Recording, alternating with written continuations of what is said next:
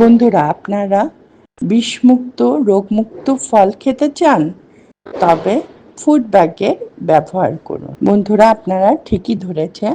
আজকে আমার ভিডিওটি ফুড ব্যাগ নিয়ে। আমাদের জানতে হবে আমরা ফুড ব্যাগ কেন ব্যবহার করি আর ফুড ব্যাগ ব্যবহার করে কি কি উপকার আসে। সাধারণত বিষমুক্ত রোগ জীবাণুবিহীন ফলের জন্য আমরা ফুড ব্যাগের ব্যবহার করে থাকি।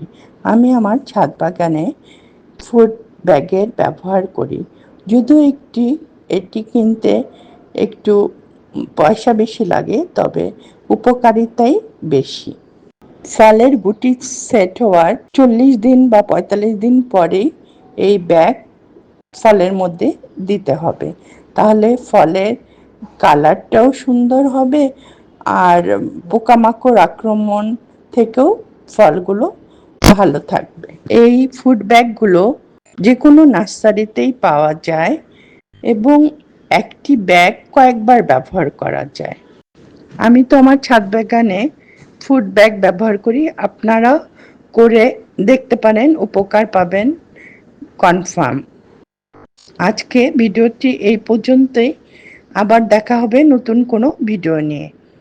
আর ভিডিওটি যদি আপনাদের ভালো লাগে, সাবস্ক্রাইব করার অনুরোধ রইল। আল্লাহ হাফেজ।